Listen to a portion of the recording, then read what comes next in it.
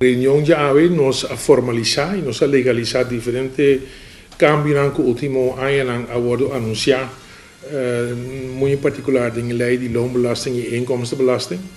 E me estou contento que em todo caso o grupo de cambio aqui nós podemos formalizar a AVE e que legalmente ancrado nas leis de imposto.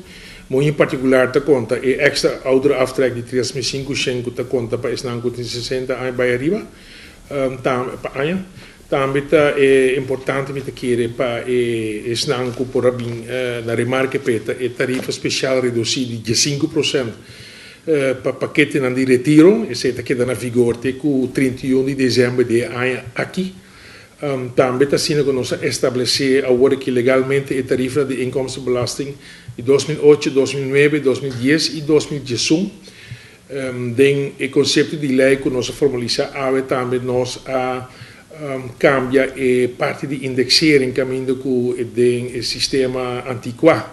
Nós inkomstenbelasting estava um artículo imperativo que o governo está obrigado para adaptar a tarifa à base de cifra de inflação.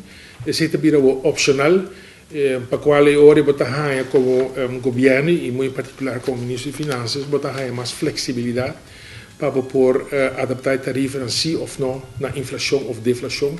Em 2010 nós estávamos a conhecer uma deflação, então o preço está baixa em lugar de subir. E nós também aqui também temos uma situação com consequência para 2005 tarifa de inkomstenbelasting não está sendo indexada para inflação positiva período que está negativa segmento que é basicamente tarifa está baixa. Também é importante tratar a fixação de assim chamada belastingvrije voedingslijnen de inkomstenbelasting. Dat in discussie se esse também cai boa possível indexering sim ou não.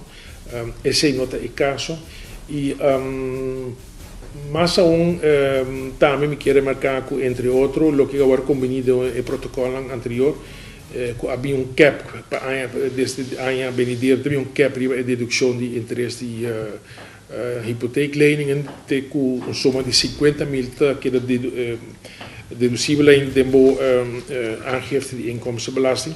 E assim dat um par de tópico também mais que agora formalizar durante a reunião e ele agora aprovar, o conselho agora aprovar com uma maioria e dus para mim é uma satisfação através a regra e formalizar e legalizar certo de parte do paquete que agora combinado em diferentes protocolos e me também pode finalizar e outra também para mim que o fim de ano de parte de begunstigend beleid de zone de San Nicolás etc. Para assim nós temos tudo o que agora combinado em quadro de social diálogo e também em quadro de manejo de governo anterior. Den lijn formal, en ook para ano 2005 abrimos que nós podemos começar com o cambio de lijn para o futuro e não mais que nós temos caminhando para o passado.